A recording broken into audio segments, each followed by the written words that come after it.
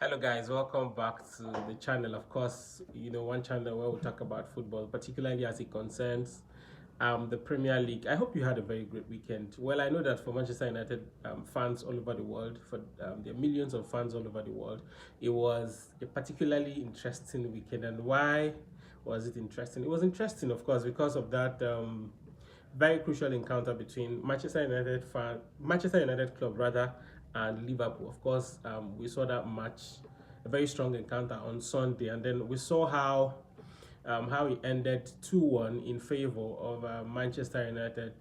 So I would like to begin, today's discussion by asking us if we feel like Manchester United is finally back to winning ways. Were you really impressed with the performance that you saw against Liverpool on Sunday? Of course, if you're a Manchester United fan, and do you think that puts the club rather in a very good position to say, okay, that they're finally competing for the Premier League, or that they are, of course, going to finish in the top four this season? Now, for after that game on Sunday, since this week I've been watching the match has been on replay. Because of course it was one game I enjoyed. Of course, it wasn't really like 100% performance, but I think it was a whole lot of improvement from what we've seen so far. Of course, after that, I think Sunderland game, and then coming to win Liverpool. I mean, before that match started that Sunday, I mean, I had series of conversation with friends, Liverpool fans, Arsenal fans, and then Chelsea fans, and all of them, none of them ever gave Manchester United a chance. They were of the opinion that, given what they've seen so far in the season, that it's not likely that Manchester United would survive that game against Liverpool. But then I told them that, I mean, this is football. Anything could happen. Anything could happen, really. And then, of course, we saw what happened in that game. Like I said, it wasn't particularly a very interesting game. It wasn't 100%, in terms of performance.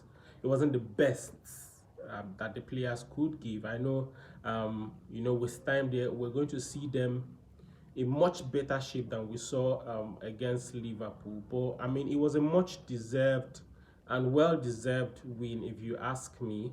Now, talking about performances, I mean, from the goalkeeper, we saw quite a number of actions that the Manchester United had, till now missed, in terms of their goalkeeper.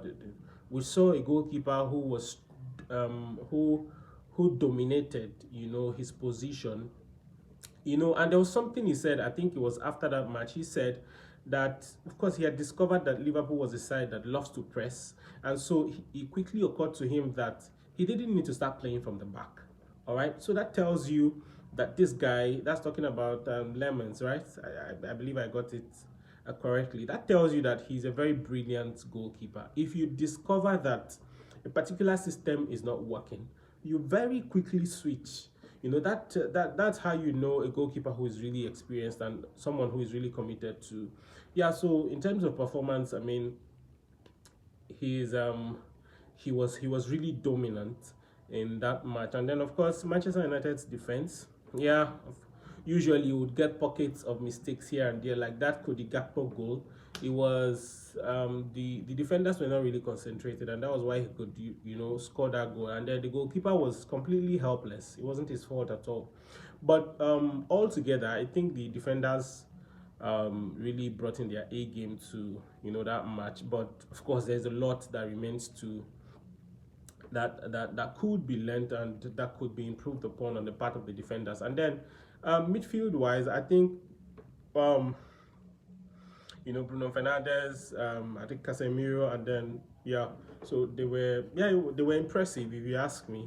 They were impressive. I mean, on the whole, the players were really impressive. But like I said, there's a lot that can be improved upon moving forward. I hope that their next match against Brighton, they'll be able to also come up with a victory, because that's what the club needs at this point, looking at how poorly they have performed up until now. Also talking about performance, I mean, we saw, of course, Manchester United got the first goal, courtesy of I think it was less than 2 minutes into the match. that very quick goal from Bryan and Mbeumo. Of course, he was. I really liked that goal. I mean, it's one goal that many people have always, have kept talking about even after that match. So he had, I think, a head-on collision with a Liverpool defender, and then he was on the floor, but he didn't remain there. Immediately, he stood up and then he pursued the goal. He pursued the ball, of course, and then of course we saw how Ahmad gave him that pass, and then he put it through the Liverpool goalkeeper. That gave Manchester United the lead, of course, very early on in that match, and then I think it was around 70 something minutes. Cody Gakpo actually got an equalizer for the team, and then it sort of destabilized the match. Yeah, because of course I believe that Manchester United were already expecting that, okay, this is one in the bag, and then before you knew what was happening, and that's after they had equalized, deep into the match. I think around 86 or 87 minutes or thereabout. Manchester United got their second goal, courtesy of a goal from Harry Maguire, and of course that cross from Bruno Fernandes. And talking about Harry Maguire, fine, it's okay to say he wasn't. Of course, we knew, the kind of insults that fans all over the world heard at him. All of those times he was underperforming, but I think he's really been impressive, even though he's made pockets of mistakes here and there. But I can't really count how many times he has come to the rescue of Manchester United. Be it in the Europa League, in the Premier League, a number of times he has really proved himself. He has really been the savior of Manchester United, and of course we saw he was the man of the match in that very crucial encounter. That tells you the extent of role that he really played to ensure that Manchester United actually got that very important 3 points. I mean, I've often said it that I think in that game Liverpool had the most possession, but then I've often said it, in football what matters is not possession. It's okay for you to have 100% possession of the ball, but what matters is get the 3 points. All right. So I think for Manchester United it was the victory that mattered in that game, and thankfully they got it. Let's see how subsequent matches would be, if they would sort of pull up that performance that they did against Liverpool. And then talking about other matches, Arsenal played Champions League yesterday against Athletic Club. Also a very strong performance. I mean, week in, week out, Arsenal keep proving why they are the better side, across Europe and even in England. Of course, he ended, I think it was 4-0 or 4-1 or thereabout, with Gyökeres actually getting a brace or scoring a brace. He's a fantastic striker, but I've often said that personally, in my personal opinion, Manchester United striker, that's talking about Benjamin Sesko, is a better striker when compared to Gyökeres. I mean, you have your opinion, you can hold your views, but that is my views, and it's not in any way biased. I just feel, and from what I've seen so far, Sesko is a better striker. Of course, he has good control of the ball. Yeah, so that's talking about that. But I feel like I would really appreciate if Arsenal ends this season with a trophy. I mean, Arteta has really built this team to the point where they have become unbreakable. I mean, I don't think currently the Arsenal is lacking in any position. I mean, they have about the best goalkeeper in the world that you can think about in Raya. They have about the best set of defenders, very young and energetic, and well experienced, regardless of their age. They have about the best midfield in the whole world. Talking about Declan Rice, talking about Eberechi that they brought in this season, and then quite a number of them, and then of course they have one of the best forwards in the Premier League, and of course across Europe. So I really wish that they would end this season with a trophy, because at the end of the day, if it doesn't really make sense if you have this this group of players who completely understand themselves, and of course they understand how to play together as a team, and then season in, season out, there's no trophy to show for it. I mean, we saw what happened with and Postecoglou, who has now been released by Nottingham Forest. After that, their last defeat, I think he ended 3-0 or so, or 4-0 in the Premier League. I mean, even before the match ended, he was sacked. So it tells you how, club owners are really serious about the business. I mean, you don't expect to invest millions of pounds, or on purchasing players, and then you end the season without the trophy to show for it. It doesn't really make sense. Yeah, so I really had pity for him, because and that's talking about the former Tottenham coach now, because I knew, his performance in Tottenham. Of course, we recall that he helped them to win the Europa Cup last season.